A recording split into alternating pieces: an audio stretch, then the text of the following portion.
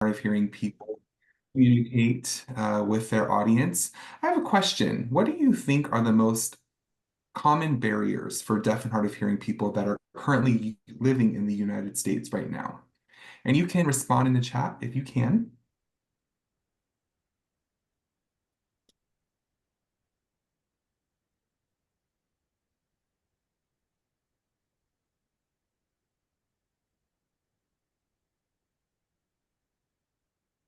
So, what do you think are the most common barriers for deaf and hard of hearing people?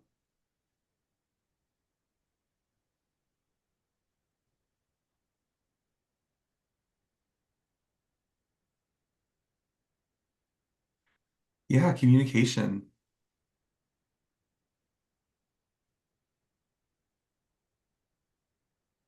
low internet speeds.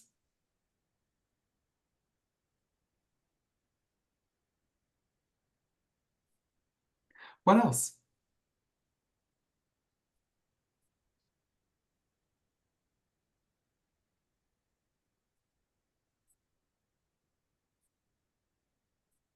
I need one more.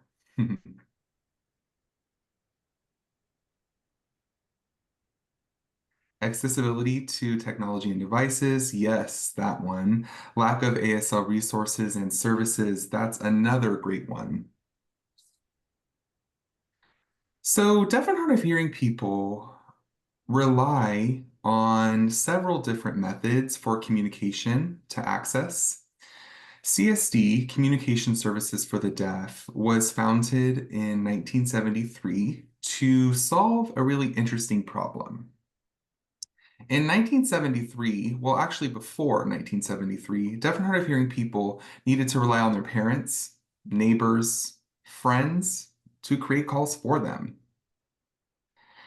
And that was 100 years after the telephone was invented.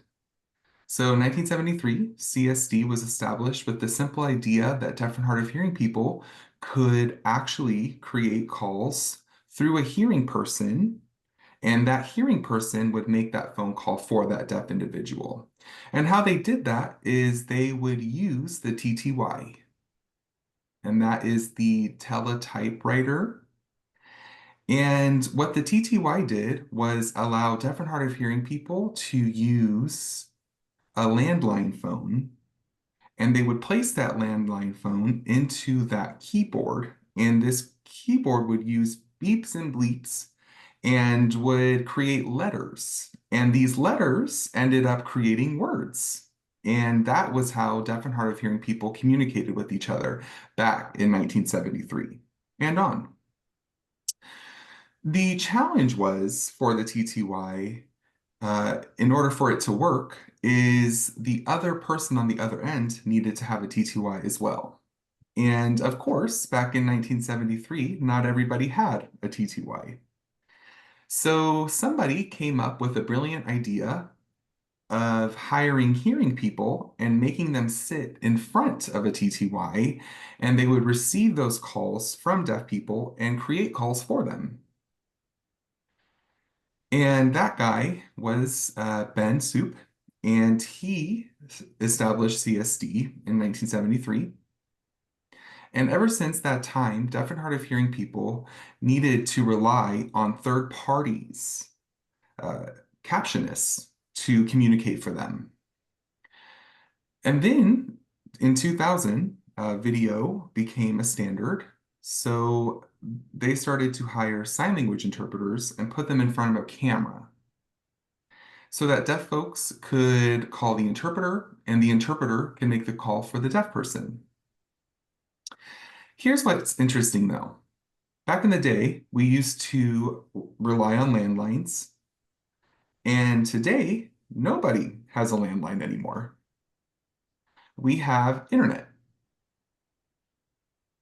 And deaf and hard of hearing people need internet not to just get information online, but also communicate. And that is so crucial. Internet plays a crucial role in our lives. But there are some challenges that we have to think about. when it comes to deaf people having access. So before I jump into those challenges, I wanted to give you some numbers that would help you make a picture of what it looks like for deaf and hard of hearing people. So many of you already know 1 in 4 people in the world has a disability. In the last 50 years, the human population has doubled, which means people with disabilities are growing. ASL is the 3rd most used language in our country today.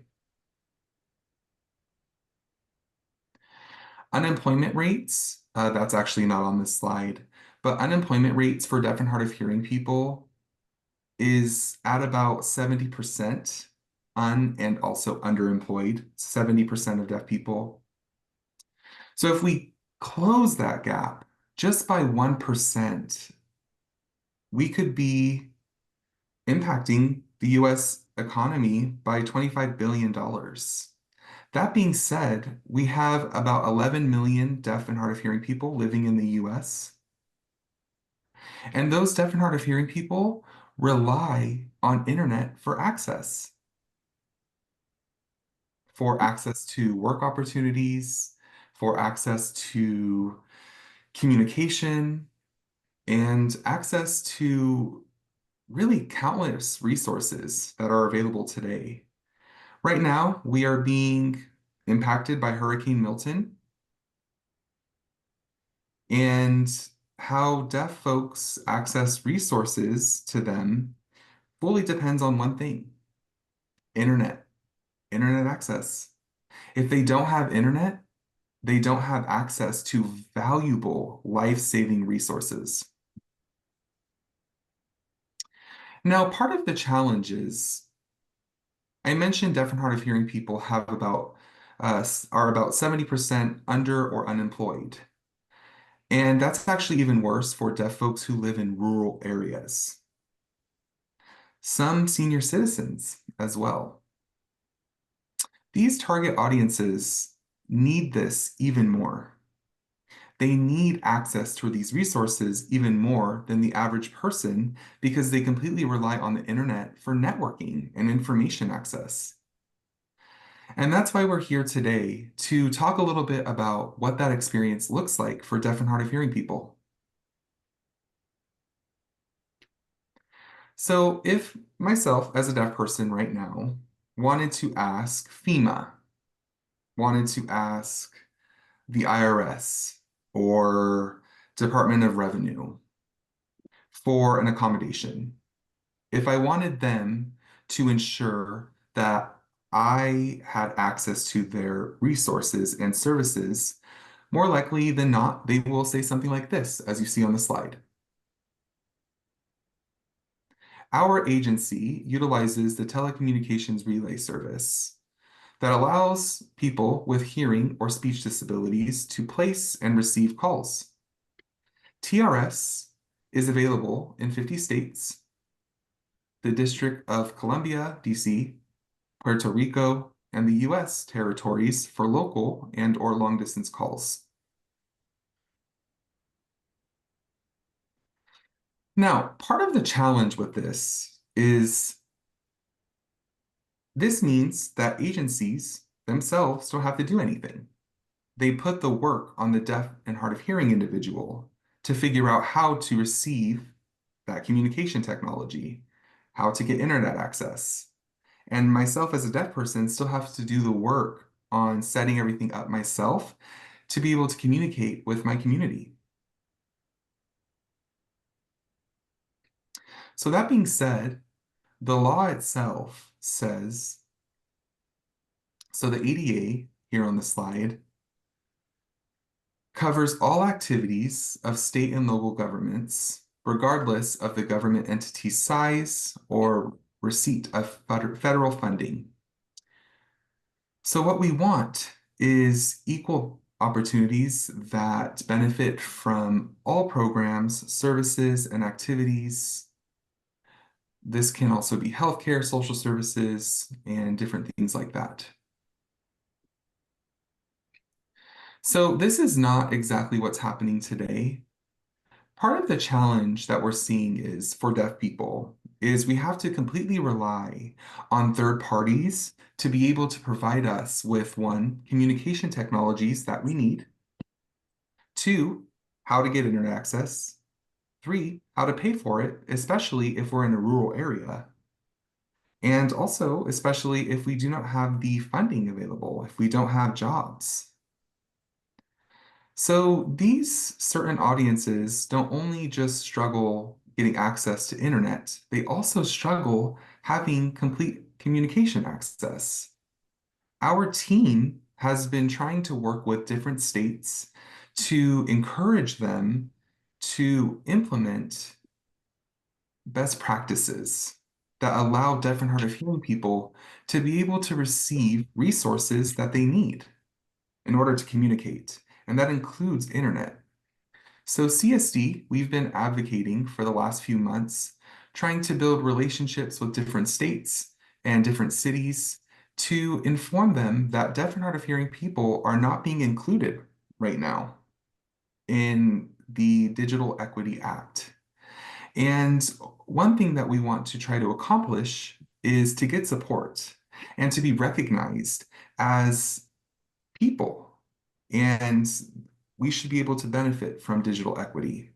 So we're trying to create more equitable digital experiences. Oftentimes people talk about relay service. And I see Lori's comment here. You're right. Relay service is still being utilized locally in rural areas.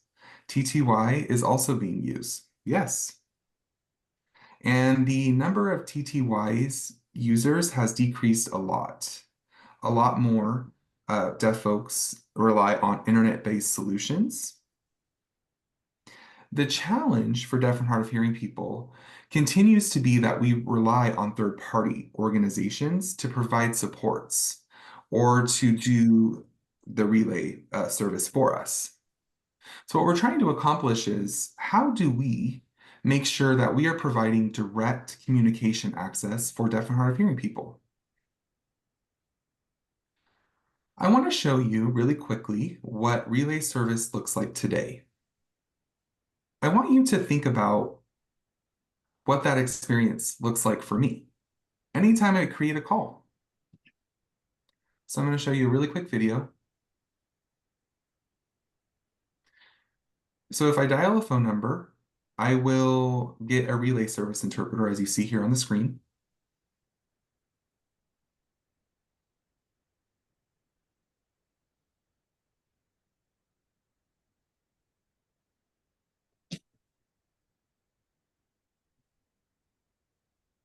All right, can we pause that?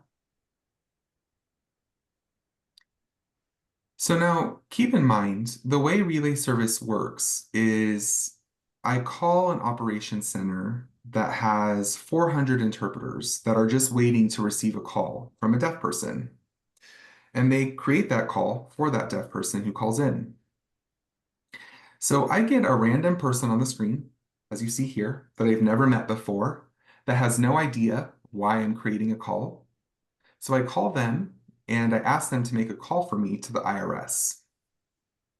This interpreter just asked me to verify my name and my social security number. That is part of the typical verification process, especially for the IRS, but what they don't know is this interpreter is also getting all of that information from me. You can play it.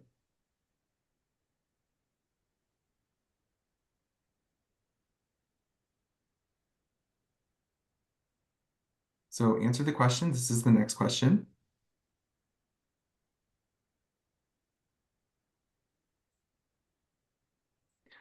So as I mentioned, they asked for my birth name, my social security number, and I would give that information to the interpreter. I want you to look at where is this interpreter's hands? Most VRS calls look like this, and I have no way of knowing if this interpreter is writing down my information or if they're typing this information under the screen. There's no way for me as a deaf person to know. So I am assuming the risk in this scenario.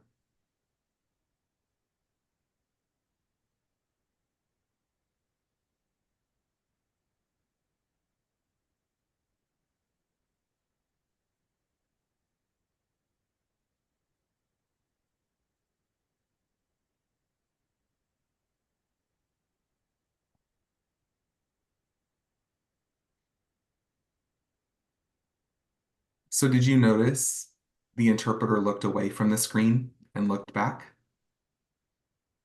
What was he looking at? What could he be typing? Why was he leaning forward? We deal with these types of things in relay service all the time. And every time we create a call, we are assuming a risk because we are trusting an interpreter that we don't know, that we've never met in our lives. And for that reason, we've been advocating for a solution called direct video calling. And this simply means it allows deaf people to call directly to the organization, and the organization themselves would hire deaf folks within their organization. And these deaf people hired in the organization would sit and wait for these calls from deaf people instead of relying on third-party interpreters. I will let Cam expand a little bit more on this. But before, there's something I want to emphasize. Video relay service completely depends on internet access, depends on the technologies and tools that you have within your home and your physical environment. So having hardwired tools or having your cell phone, depends on the phone you have. You have to have something that allows you to communicate with these entities that you want to communicate with. All of these things are required of internet access. You need to have that. And that is the foundation that deaf and hard of hearing people need to have if they want to communicate with people they want to communicate with. DVC is addressing some of these challenges. I will let Cam expand on why. Thank you, Greg. So Greg has already touched on it a little bit, but I want to explain the process just a little bit more of what a relay service call looks like and what a direct video call looks like. So as you can see, a deaf caller currently, this is the current solution, a deaf caller would place a call and they would be connected to a video relay service interpreter. That video relay service interpreter is the one that connects them with the customer service representative. Now, with direct video calling, rather than relying on a third party, we're taking them out of the equation altogether, and we are advocating for the employment of deaf and hard of hearing individuals to provide customer service to American Sign Language users. Now, there are several different reasons because of this. One, I think it's important, and many people don't understand, that American Sign Language is not the same as English. They're completely different languages. And so another thing is when deaf and hard of hearing people reach out, the only direct form of communication currently is the TTY that we talked about. And the TTY is a very outdated piece of technology. So right now, their direct video calling is the only direct form of communication where someone can reach out to an entity in their native language, American Sign Language. And I think it's something that's important for people to understand, that when entities ask deaf and hard of hearing individuals to rely on a text-based feature or a TTY, that's in the form of English, right? And like I had just said, American Sign Language and English are not the same thing. And most of the deaf and hard of hearing community, their average reading level is on a 3rd and 4th grade level. So that's something that I really want to make sure is clear to the audience today, is that American Sign Language is vastly different than English. So as I just mentioned, most of the times when a deaf individual reaches out to an entity, they will say one of two things. They can tell the deaf individual that they can call through the relay service, or they can use the chat feature. And by doing that, we're increasing their risk of compromising their personal information. And I'm going to touch on that a little bit more in the next slide. Another thing that will happen is whenever a deaf person reaches out because they need to communicate their needs to a customer service agent, the company will say, well, we'll schedule an appointment with a sign language interpreter. That way we have somebody there who knows American Sign Language that can help support you. But the problem with that is, and let me put this question out there for you. Would you, as entities, tell an individual who uses a wheelchair that they're only able to use the elevator when it's available between 11 and 4 on Wednesdays? Would you limit their accessibility there? So when we ask a deaf individual that they need to put their needs off until we're able to make that accommodation, that's not an equitable experience. And so that's why having direct video calling set in place really sets up an equal experience, allowing them to get the access to the resources and support they need immediately and in their native language. And I think it's something that's really important. So I started out as a relay service provider a few years ago. And something that many people misunderstand is if you look at the relay service provider on the middle of your screen up here, Greg touched on this briefly, but they're not subject matter experts. So they're simply there to facilitate the communication. So their knowledge and the representation of the message ultimately affects the deaf caller's experience. And so that's really putting the weight on a deaf resident of whether or not it's the agent's incompetence or if it's the interpreter's incompetence. So I'm going to go to the next slide, and I want to show you another comparison between direct video calling and relay services. So in the previous slide, like I had mentioned, I touch on deaf residents being told to call through relay services or to utilize the chat or texting feature. So that creates the risk of compromising their personal information because, as Greg had mentioned earlier in the video example, the interpreter will frequently place their hands out of the screen or they'll look over at their other monitor. So something that many people don't realize is that relay services, while they are ADA compliant, they're not PCI compliant and they're not HIPAA compliant. And I just mentioned as well, they are not trained representatives, so they're not familiar with the policies that your organization has set in place. And like we said, it's not a direct connection to the entity. When a deaf person places a call, their phone actually automatically calls the relay service number and the relay service provider connects them with your entity. Whereas direct video calling, a deaf person could type in the 1-800 number that you have and they would be able to connect directly with your organization to a trained representative. And on this next slide, I think something that we all can relate to, and I was actually talking with Stacy about during our prep call. I think all of us have experienced calling our internet provider, our phone provider, our credit card company, and we get connected with a representative who's not fluent in our language. They're not fluent in English.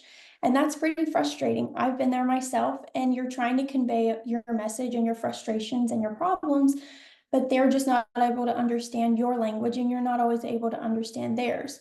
And so that's something that deaf and hard of hearing people have to face anytime they place a call. So I think that we all share that understanding of what it's like to connect with somebody who isn't fluent in your language.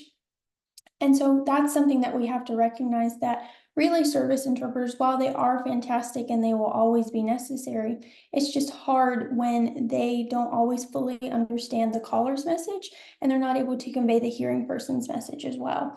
And there's just a few examples here on the slide. Let's take, for example, would you be comfortable with a diagnosis given to you in a language that you don't speak? Or would you feel confident using a childcare class taught in a different language? So for us, it's really important to make sure that the deaf community is getting the resources and support that they need in their native language to make sure that they fully understand the message and have everything that they need. And so I am happy to share that there are several entities that are currently, they have adopted the model of direct video calling. And so a few of those I'm going to name off for you are Comcast, Xfinity, the 988 hotline is offering that as well. There have been several states who have been offering this: California, Virginia, Texas. The American Red Cross has adopted direct video calling. The FCC has as well. And so we do have a special guest here with us today, Sarah, and I would like to turn it over to her so she can share her experience with direct video calling and how it's impacted her organization. So I'm going to hand it off to you, Sarah. All right. Thank you so much. So I'm Sarah Tribe Clark. I'm the director of the Elder Care Locator and Dial. Those are two logos on the screen now. So US Aging is the administrating organization for two national call centers. The Elder Care Locator is focused on older adults and their caregivers. The Disability Information and Access Line, or DIAL, is focused on people with disabilities. And we've been managing the elder care locator for more than 30 years and the disability information and access line for about 3 years now. We started work with CSD in 2022. And I did want to talk a little bit about who US Aging is, who we serve, but I really will be quickly tying it back to what we were just talking about with CSD, why it's so important that why we feel it's so important to make sure that callers at the front door, the first time they're connecting with the aging network or the disability network of federally funded services for people across the country, they're calling with a lot of personal information and sometimes in crisis and various concerns that in the past, when we used to have interpretation services, like that really resonated with me when you were talking through the various, like the social security number and things. Like, we're never asking for that level, but when people are calling about their personal needs, help getting food, help, getting access to in-home services like showering and bathe, like food prep and things, they're talking to someone that they don't know. And the fewer people in between that they can possibly talk to, the better.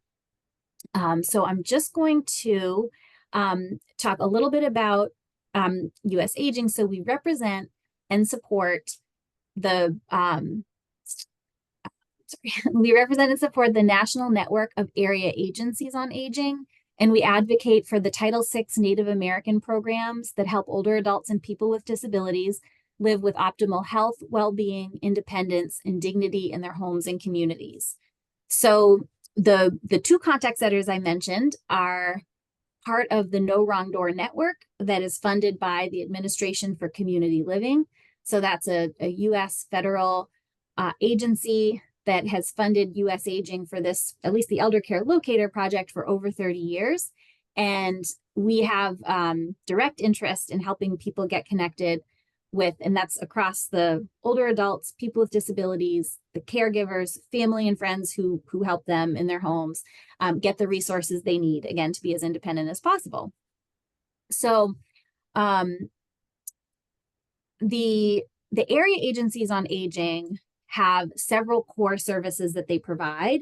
And the Elder Care Locator, while we give people many different resources depending on their needs, over 70% of our Elder Care Locator calls we do a warm transfer or a direct transfer to the area agency on aging. There's other resources that we provide as well. And with the disability information and access line, we are sending people primarily to their Center for Independent Living or their Aging and Disability Resource Center. In many cases, because they're people who are over 60 calling the dial line as well, we're also providing them their area agency on aging. So the services that the area agencies are most likely to provide they're helping people connect with nutrition, supportive services, again, so in their home, things like helping them with showering, bathing, dressing, meal preparation, cleaning, all kinds of personal care that's happening that's not necessarily medical, but more of the like community service type social services and wellness services, but not necessarily like a visiting nurse, not necessarily that level, but more of home care. And then also elder rights and various legal questions that come up for older adults. There's partnerships, and we can go on to the next slide just to illustrate some of the partnerships. The area agencies on aging, they are hubs that cover every single zip code in our country, territories, DC. They work with a range of partners to meet their missions. And we've listed on the slide adult protective services, health insurance assistance programs or SHIPs, transportation agencies, disability services, Medicaid, federal programs such as Social Security, Veterans Administration, Bureau of Indian Affairs, Department of Health or public health departments, and food banks. So these are just some of like hundreds of partnerships that the AAAs have, and it is at least, let's see, I mean, Their information and referral teams, kind of like the US Aging one through Elder Care Locator and Dial, are also very connected with the resources in the area for older adults and people with disabilities. So while people sometimes think of area agencies for people who are older and their caregivers, all information and referral teams across the board are also receiving calls from people with disabilities, from deaf callers, from older adult callers who are losing or have lost their hearing, caregivers, people who are like looking for resources of all sorts. So if we go to the next slide, a lot of the people who are calling are often confused confused about the various resources, where to start. If you do have an internet connection and you Google, home care services, you're likely to get many .coms first and not realize maybe there's some things that are free. Maybe there's an area agency right down the road from me. Maybe people even go to the senior wellness center sometimes, but don't know there's other resources right there in the building. So if you go to the next slide, both of the contact centers receive calls and then help people get to the various local, state, and national resources that are available to them. So the reason why this is the tie-in with CSD that's so critically important, we work closely with CSD. We work with specialists who are trained exactly like our specialists to use our CRM, our customer resource system, to tap into all the area agencies on aging, centers for independent living, and the more than 4,000 resources that are in our customer resource management database to be able to get people to what they need. Most often, again, with Elder Care Locator, that tends to be their area agency on aging. Most often with Dial, that tends to be their Center for Independent Living, Aging and Disability Resource Center, or AAA. But then there's also a huge range of other services that they know how to, search the search feature within the system that we all use, so that they're acting as a specialist within our team, even though they are not sitting in our office. They are trained. We work monthly. We do trainings with new specialists as they come on, but we also do monthly quality assurance checks where we listen to the calls with the supervisor and our supervisor. So we work directly with the specialists to make sure that they're very well aware of the resources and how the Dial calls differ from the Elder Care Locator calls. And they get those nuanced differences between what people might be asking for and the resources that they need. So the slide that is up now shows, it's a screenshot of our website, the Dial website, which shows the various ways to get in contact with us. Now, we are in the process of updating this because we realized it was not clear enough that our phone number is for both voice and phone, and thirdly, text. So some people will call the number on their video phone and be, happily surprised that they got an ASL, a direct video service ASL Now person. But they also see there's a link on the screen. So if they're using their computer, they can click on that and also get to ASL Now. So we do not run the video. We don't run our website. But we do have the work order in to update that language for the phone. And then people can also use an online chat if they prefer that. So those are the various ways people can get in touch. On the Elder Care Locator side as well, people can connect in the same ways. CSD was very helpful in making sure that it was the same phone number for both voice and video phone, so that people, that wouldn't be an extra confusing thing built in. And it's much more streamlined on our website and on all of our communication, that it is that single number for one contact center or the other. And the big difference, even though the specialists can be the same specialists, we know that the community of older adults and caregivers is very different in makeup from the community of adults with disabilities. And so the way that those two centers are marketed and the way that we take calls is very similar, but the way they're marketed is different. That's kind of the big difference. But if people call either number, they will get specialists either in our contact center or CSD's contact center who understand the differences and nuances depending on the contact center the person called. So I think that wraps up my part. I'm happy to answer questions too.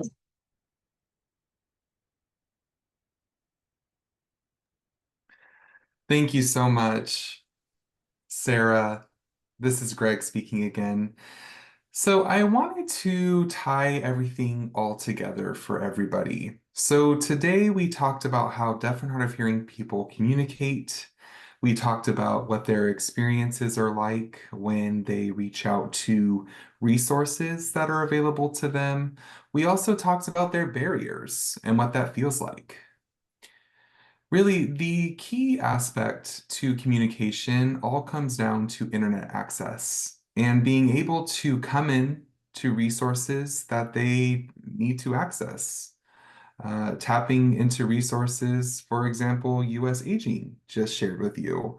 Also, connecting with 988, the suicide hotline. Also, having connections with COVID vaccination information. There's so much in terms of communication resources to ensure that information is available to the public. It saves lives. It raises the quality of life for deaf and hard of hearing people. But without internet access, none of that even matters. We need to make sure that everybody has access to internet. And that's why we are here asking for your help. Deaf and hard of hearing people really count for about $175 billion in spending power. They have a lot of economic power right now. And it can be more if we reduce the unemployment rates and give them access to internet and make sure that they have access to Indeed.com, other job resources that are available to them. Also, the last number I wanted to share with you. So today, if you look at relay service numbers, the FCC has spent about $113 million in supporting deaf and hard of hearing people who call VRS today. And there are still people who do not have access to phone calls. There are still people who do not have access to a video phone, no access to technology because they simply can't afford it. And this is the target audience that we want to touch on. We want to provide support with the supports they need. And we want to provide them with tools that they need to function and thrive through communication access, because then we're setting them up to succeed. This depends heavily on their ability to access internet in an affordable way. So please take this into consideration. Part of CSD's challenge and why we're here today is because if you look at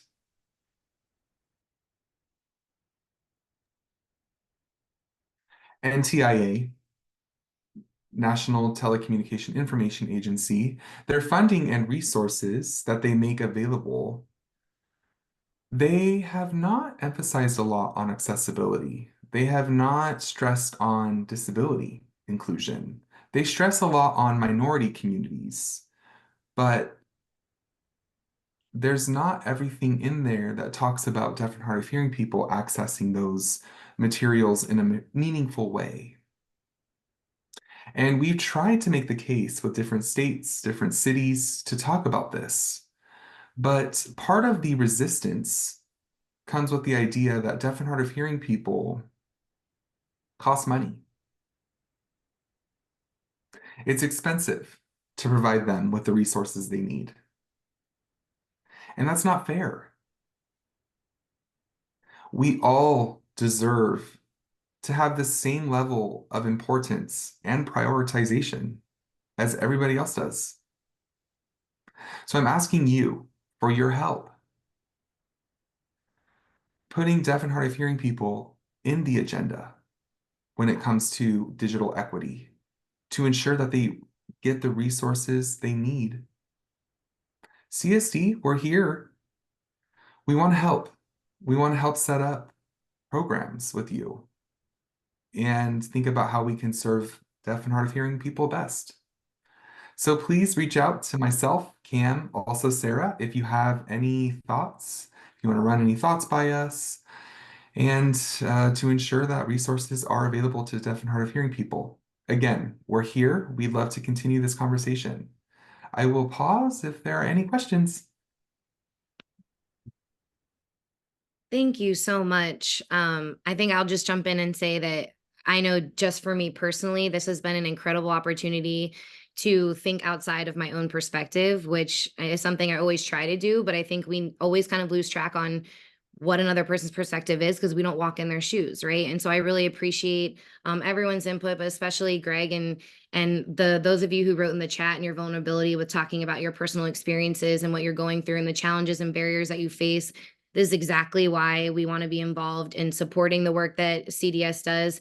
And I kind of think it brings me back to the understanding of, what is equal is not equitable, right? Like we all have equal access to a phone number, but do we have equitable access to use that phone number in the way that's going to give us the resources that the person next to us is?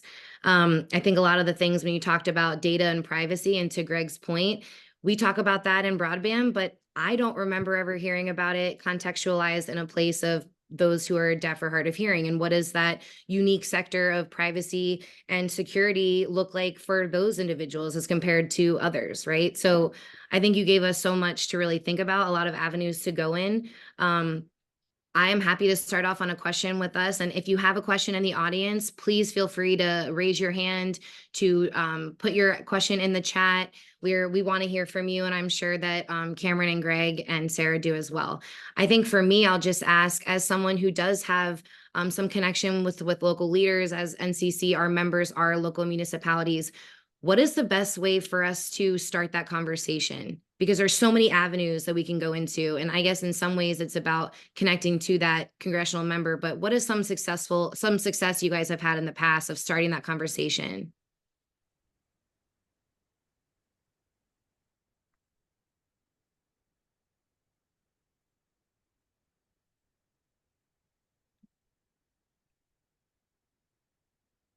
So I think part of the challenge is when it comes to starting this conversation, it really comes down to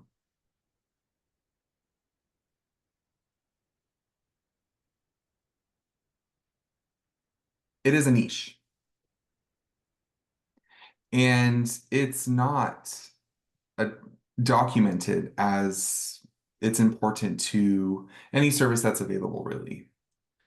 So everyone is focused on compliance with the law and what the law says, even though the law says to the most extent possible, the most meaningful way of communication possible.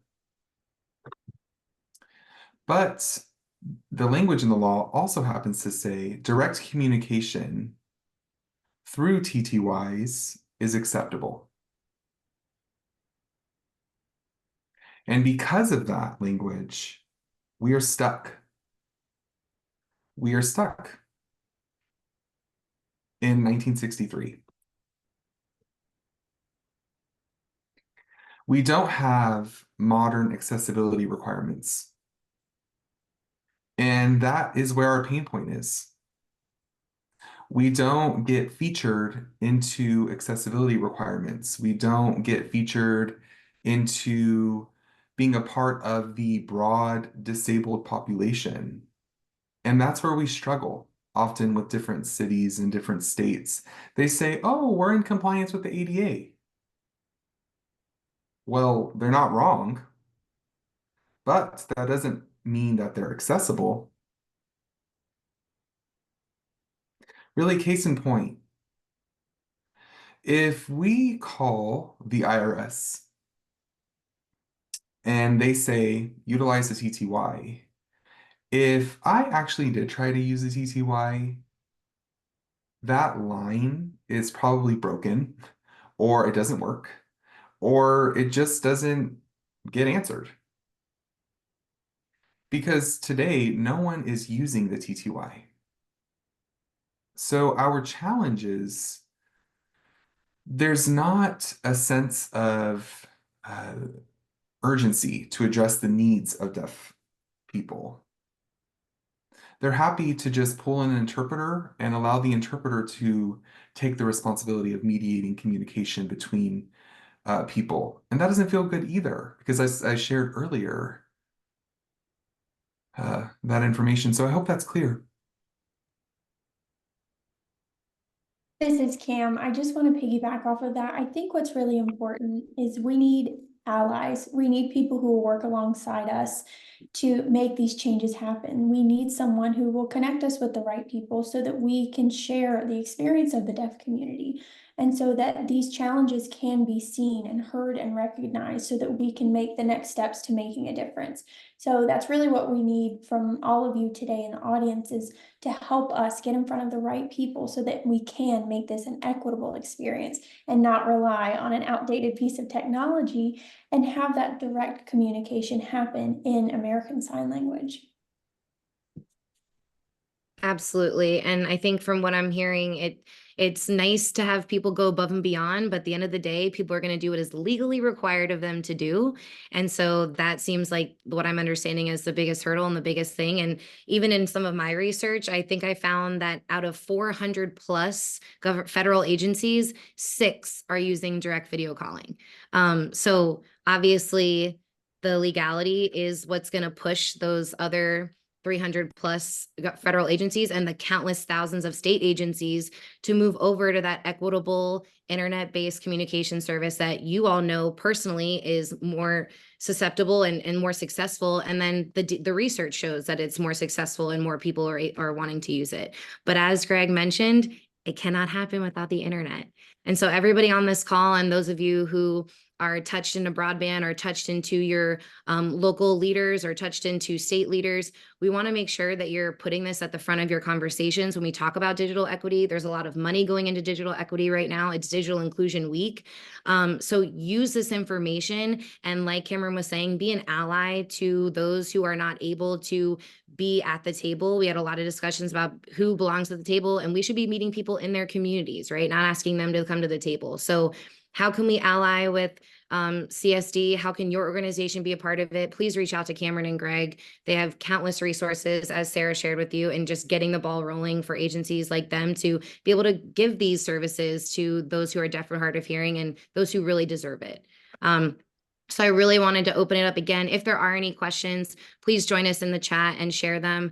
But I really wanted to give an extra thank you to Greg and Cameron for your time today, for the presentation you put together, for allowing us to understand a little bit more of the challenges and barriers, and then also the successes and how we move the needle forward, because that's really what we are focused on. So without, any other participation in our chat, and we know we give you a lot to think about, and maybe you're thinking about how to get involved, and so you don't have questions because the presentation was so thoughtful and so thorough, and a lot of great experiences here. And so we're hoping that you take everything that you've learned, you move it forward, you talk to people, you make this something that people are talking about in the world of digital equity, and so we can really support our neighbors, our communities, and getting them the resources and the experiences that they deserve. So thank you all again for being here today. I really appreciate all of your attendance.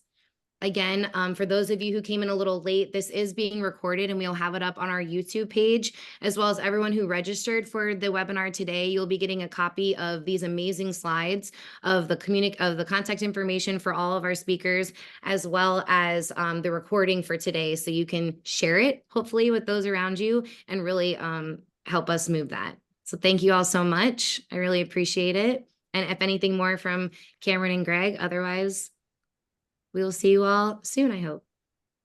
Thanks so much. Thank you. Bye, guys. This was great. Thank you so much for joining us and allowing us to chat with you. Thank you. Take care.